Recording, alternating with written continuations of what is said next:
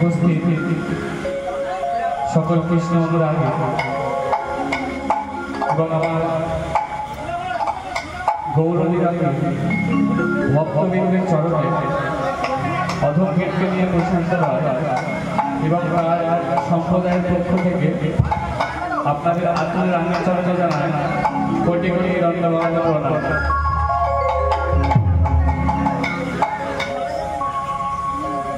আগের 15 তারিখ আমি গান করে গেছি, অনেকে আগের দিনে এসেছেন, আবার আজ নতুন অনেকে আছেন। তো সেই সমস্ত ভক্তমণ্ডলী বাবা মায়ের কাছে আমার করজোর করে অনুরোধ, কৃষ্ণ কথা বলতে গিয়ে লক্ষাধিক ভুল আমার হতে পারে বলে এই ভুলগুলো নিজের সন্তানের ভুল মনে করে ক্ষমা করে দেবে। কি মা করবেন? যদি করেন প্রেম সে বলুন নিতাই গৌর হরি গৌর হরি গৌর। আগের দিন বলে গেছিলাম এই জায়গাটা কি বাবা? হ্যাঁ, বৃন্দাবন। কারণ যে স্থানে হয় হরিনাম সংকীর্তন সেই স্থান হয় মধুরাদপি মধুর বৃন্দাবন। যে স্থানে হয় তুলসী কানন সেই স্থান হয় মধুর বৃন্দাবন। যে স্থানে হয় হরিনাম সংকীর্তন সেই স্থান হয় মধুর বৃন্দাবন। আজকে আমরা এই বৃন্দাবনে সকলে উপস্থিত হয়েছি কিসের উদ্দেশ্যে বাবা? আমাদের উদ্দেশ্য একটা, আমরা আপনাদের উদ্দেশ্যটা হচ্ছে কৃষ্ণ কথা শ্রবণ করে গোবিন্দ কৃপা লাভ করা। আমাদের উদ্দেশ্য হচ্ছে কৃষ্ণ কথা শ্রবণ করিয়ে গোবিন্দ কৃপা লাভ করা। কিন্তু উদ্দেশ্য দুজনের একই, কি না গোবিন্দ কৃপা লাভ করা। পথ আলাদা আলাদা হতে পারে কিন্তু উদ্দেশ্য একটা। গতকাল একজন গুণী কীর্তনে এখানে কীর্তন করে গেছে, আশা করি অনেকে শ্রবণ করেছেন কীর্তন। তিনি এই কথাই বলেছেন হয়তো যে কৃষ্ণ কথা বা গোবিন্দের কথা আস্বাদনের পূর্বে আমাদেরকে কি করতে হয় না গৌরাঙ্গ সুন্দরের কথা আস্বাদন করতে। আগের দিনে বলেছিলাম যে গৌরাঙ্গ মহাপ্রভু কে মনে আছে তোমার? গৌরাঙ্গ মহাপ্রভু কে না কলি জীবের ভগবান। কলি জীবকে উদ্ধার করানোর জন্য হরিনাম সংকীর্তন নিয়ে এসেছেন, যাতে আমার আপনার মতো অগণিত পাপাচারী দুরাচারী মানব কৃষ্ণ কথার মাধ্যমে নিজের জীবনটাকে উদ্ধার করতে পারে। উদ্ধার তখনই করতে পারবো আমরা এই গৌরাঙ্গ মহাপ্রভুকে জানতে হবে। কে ছিল না দাপর যুগের রাধা কৃষ্ণের মিলিত তনু গৌরাঙ্গ। মিলিত তনু মানে না রাধা কৃষ্ণ দুজনে এক আলাদা আলাদা ছিল, কিন্তু এই কলিযুগে যখন তারা আসলেন তারা হলেন কি না এক। রসমালাই মিষ্টি খেয়েছেন? রসমালাই, হ্যাঁ, রসমালাই মিষ্টি কি থেকে হয়? দুধ থেকে ছানা করা হয়, ছানাটাকে একটি মিষ্টির আকার দেওয়া হয়, সেটাকে আবার দুধে ডোবানো হয়, তারপরে যে মিষ্টিটা হয় সেটা হয় রসমালাই। তদ্রূপ গোবিন্দ আমার দুগ্ধ স্বরূপ, যার বাম অঙ্গ থেকে রাধারানীর সৃষ্টি হয়েছে, অর্থাৎ ছানাটা সৃষ্টি হয়েছে। এবার সেই দুধ আর ছানা একসাথে রসমালাই স্বরূপ আমাদের গৌরাঙ্গ মহাপ্রভু, যার দণ্ডে দণ্ডে রস ও ভাবের হৃদয় সদা সর্বদা। তিনি ভক্ত সঙ্গে সদা সর্বদা হরিনাম সংকীর্তনে বিলীন থাকেন। 24 বছর বয়সে তিনি কেশব ভারতীর আশ্রমে দীক্ষা নিয়ে সন্ন্যাস নিতে চেয়েছেন। নিয়েওছে পুরীর উদ্দেশ্যে রওনা হয়ে তিনি জগন্নাথ ধামে 24 বছর কাটিয়েছেন আর ভক্তদের কৃপা লাভ করেছে। এই গৌরাঙ্গ মহাপ্রভু আমাদের ছেড়ে জগন্নাথ ধামের কাছে চলে গেলেন। কেন না, তৎকালীন সমাজের ব্রাহ্মণরা তাকে বিতাড়িত করেছিলেন যে এই যদি থাকে জাত পাত আর ভেদাভেদ হবে না, সবাই এক হয়ে যাবে। এই যেমন আজকে দেখুন, কে উঁচু জাত কে নিচু জাত বিচার আছে না, তাই তো? যে জাতেরই হোক না, হরিনাম সংকীর্তনের আসরে সবাই ভক্ত। তদ্রূপ তখনকার ব্রাহ্মণ সমাজ বুঝলেন যে গৌরাঙ্গ মহাপ্রভুজি যদি এই নবদ্বীপে থাকে তাহলে আমাদের পুঁজিবাদী সমাজ ভেঙে যাবে, অর্থাৎ টাকা পয়সার দিকটা দুর্বল হয়ে যাবে। তাই তাকে তাড়িয়ে দিল। এবং আমরাও তখন মানে আমার পূর্বপুরুষ যারা ছিলেন তারাও সেই একই কাজ করেছেন, যাতে গৌরাঙ্গ মহাপ্রভুজি শ্রীক্ষেত্র ধরুন আমার গৌরাঙ্গ মহাপ্রভু। আর জগন্নাথ ধামে যে জগন্নাথ বসে আছে তিনি কে না, জরাবেদের হাতে শ্রীকৃষ্ণের যখন মৃত্যু হয় তার দেহটা সৎকার করা হয়। আমাদের হিন্দু সমাজে সৎকার মানে কি, তার দেহটাকে পুড়িয়ে ছাই করে দেওয়া হয়। আমাদেরও যদি কোনো প্রিয় মানুষ মারা যায়, সেই মানুষের দেহটাকে আমরা গঙ্গার ঘাটে বা কোথাও নিয়ে গিয়ে পুড়িয়ে তার যে অস্থিটা থাকে অর্থাৎ হৃদয়টা, সেটা আমরা কি করি না, মাটিতে করে একটা মণ্ডপ আঁকিয়ে গঙ্গার জলে বিসর্জন। শ্রীকৃষ্ণ চৈতন্য তিনি জগন্নাথ, সেই কৃষ্ণের ক্ষেত্রেও একই কার্য করা হয়েছে। তার সৎকার করে তার এই হৃদয়টাকে গঙ্গায় ভাসিয়ে দেওয়া, আর সেই হৃদয় ভাসতে ভাসতে শ্রীক্ষেত্র পুরীতে এসেছে। এবং সেখানকার ইন্দ্রদুম্নকে বলা হয়েছিল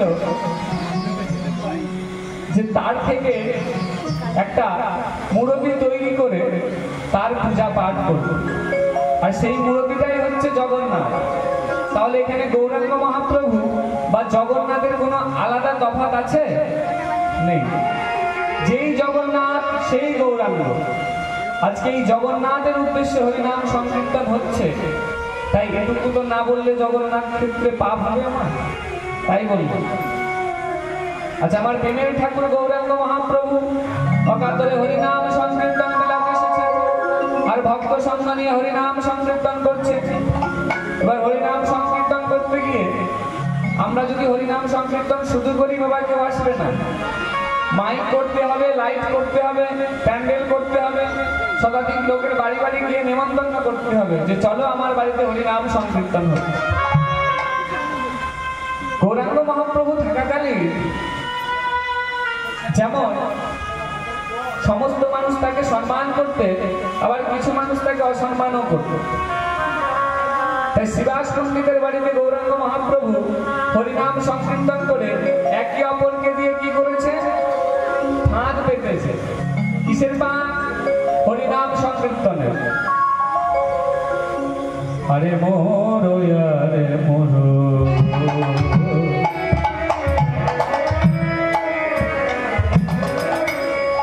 আমার শ্রী গৌরাঙ্গ চা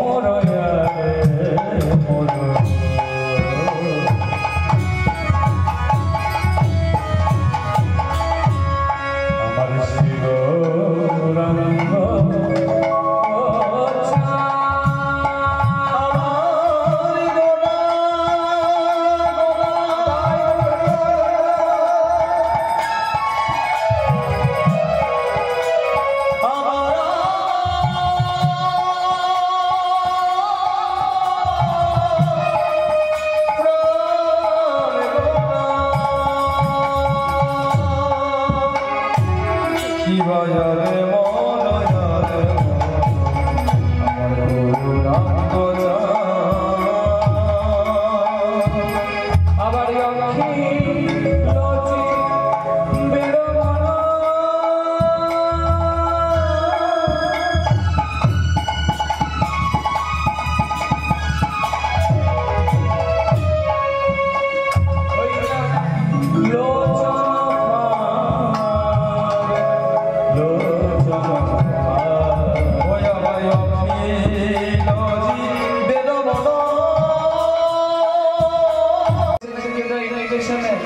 এই যে আমাদের মনের চঞ্চলতা, এই চঞ্চলতা ভাবকে যাতে শক্ত করে ধরা যায় তার জন্য হরিনাম সংকীর্তনের একটি ফাঁদ পাতা, যেখানে শতাধিক ভক্ত একত্রিত এসে বাহু তুলে হরিনাম সংকীর্তন করতে। আজকে যে ফাঁদটা পাড়া হয়েছে, আজকে যে দাদা বিকাশ দা বা আপনাদের এই কমিটির দাদারা মিলে এই যে একটা সুন্দর ফাঁদ পেতেছে, আর এই ফাঁদে আপনারা ধরা দিয়েছে। আরো মানুষ আছে, সবাই তো আসতে পারেনি, কিন্তু আপনারা কেন এসেছেন না পূর্ব জন্মের সুকৃতির ফলে তবেই হরিবাসরে আসামে। হ্যাঁ, সবার কপালে বাবা সবকিছু থাকে না। আমরা মনে করি অনেক কিছু করব, কিন্তু কিছু পূরণ হয় না, কারণ আপন ইচ্ছাই যে কোটি বাঞ্ছা করে, আর কৃষ্ণ ইচ্ছা না হলে বাঞ্ছা না করবে। আমরা মনে মনে ভাবি অনেক কিছু করব, কিন্তু যতক্ষণ না আমার গোবিন্দ কৃপা করছে, যিনি অনাদির আদি গোবিন্দ সর্বকারণের কারণম, তার কৃপা বিনা এই জগৎ সংসারে কোনো কিছু করা সম্ভব নয়। তা হরিনাম সংকীর্তন করার জন্য দেখেছি, এবার শুধু হরিনাম সংকীর্তন করে কারো কি দিন চলে? বলুন তো, যে আমি যদি হরিনাম সংকীর্তন করি আমার কোটি কোটি টাকা হয়ে যাবে, বাড়ি গাড়ি হয়ে যাবে, এটা কি সম্ভব? সম্ভব? আমরা অনেকে যাই হরিনাম শুনতে, বাবা মনে হরিনাম শুনে আসি, একটু আমার পেটাপ জ্বালা আধ্যাত্মিক আদি দৈবিক আদি ভৌতিক এই জ্বালাগুলো যদি দূরীভূত হয়ে যায় আমার জীবনটা সুন্দর হয়ে যাবে। কিন্তু মাগো, হরিনাম শুনে কার কার বলুন এখানে গাঁটের ব্যথা ভালো হয়েছে? কারো হয়েছে? হ্যাঁ, কারো হয়? কেন না? শাস্ত্রে বলছে হরিনাম সংকীর্তন কি করতে হবে? বনে মনে নয় তো ঘরের কোণে। এই দেখিয়ে হরিনাম সংকীর্তন করে লাভ নেই। এবার যদি বলেন তাহলে এত এত বড় বড় হরিবাসর গুলো কেন হচ্ছে? কারণ কি বাবা, মানুষ অভ্যাসের দাস। গৌরাঙ্গ মহাপ্রভু বললেন, নিজে আচরি ধর্ম কলির জীবরে শিখায়, নিজে না আচরি ধর্ম শেখানো না যায়। এই যে দেখবেন খবরের কাগজে বা টিভিতে সবাই খবর দেখেন, 26,000 স্কুল মাস্টারের চাকরি চলে গেছে, তাই তো? চাকরি চলে গেল কেন না? তাদের পেটে বিদ্যা নাই, টাকা পয়সা দিয়ে চাকরিটা করে দিয়েছে। তা সেই মাস্টার যদি পড়াশোনা শেখায় তাহলে ছাত্রটার কি হাল হবে? সে তো নিজেই কিছু জানে না, জানতে হবে তবে তো পড়াতে পারবে। তাহলে হরিনাম সংকীর্তন আপনারা কেমন ভাবে ঘরে করবেন, কেমন ভাবে ঘরে বা বনে করবেন বা মনে করবেন, সেটা জানার জন্য এই সৎসঙ্গটা করতে হবে, তাই তো?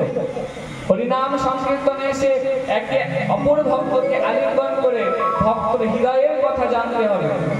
কারণ ভক্তকে যদি না পাওয়া যায়, ভক্ত চরণ ধুলি যদি না পাওয়া যায়, তাহলে গোবিন্দ কৃপা পাওয়া যায়। একটা ছোট্ট গল্প বলে, জগন্নাথের ভোগ দেওয়া হয় কাঁঠাল ভোগ। কাঁঠাল ভোগ হয় তো জানেন তো বাবা? কাঁঠাল ভোগ দিতে হয়, 56 ভোগের একটি ভোগ হচ্ছে কাঁঠাল ভোগ। পুরী ধামে জগন্নাথের অন্তরে বড় বাসনা জেগেছে। পুরীর রাজা একটি বড় কাঁঠাল বাগান করেছে এবং কাঁঠাল বাগানের নাম দিয়েছে যে এটা জগন্নাথের কাঁঠাল বাগান। কাঁঠাল হয়, কাঁঠাল বিক্রয় হয়ে যায়, কিন্তু কাঁঠাল তো অনেকে পছন্দ করে না। তার জন্য সেই মহারাজ তার যে বাগানের মালিক আছে তাকে বলেছে কাঁঠাল পাকবে আর বাজারে বেচে দিবে, যে টাকা হবে সেটা দিয়ে গোবিন্দের সেবা দেওয়া হবে বা জগন্নাথের সেবা দেওয়া হবে। কিন্তু কাঁঠাল ভগবানকে দেয়া যাবে না, কারণ কাঁঠালে অনেক আটা থাকে, গন্ধ ভগবানের হয়তো সেবাই লাগবে না। কিন্তু আমার ভগবান মনে মনে কাঁঠালকে ভালোবেসে ফেলেছে। তৎকালীন জগন্নাথের সেবায়ক ছিলেন মাধব। মাধব ভগবানের সেবা দেয়, তাকে শয়নে দেয়, প্রতিদিন তার কার্য যেমন করার তেমন করে।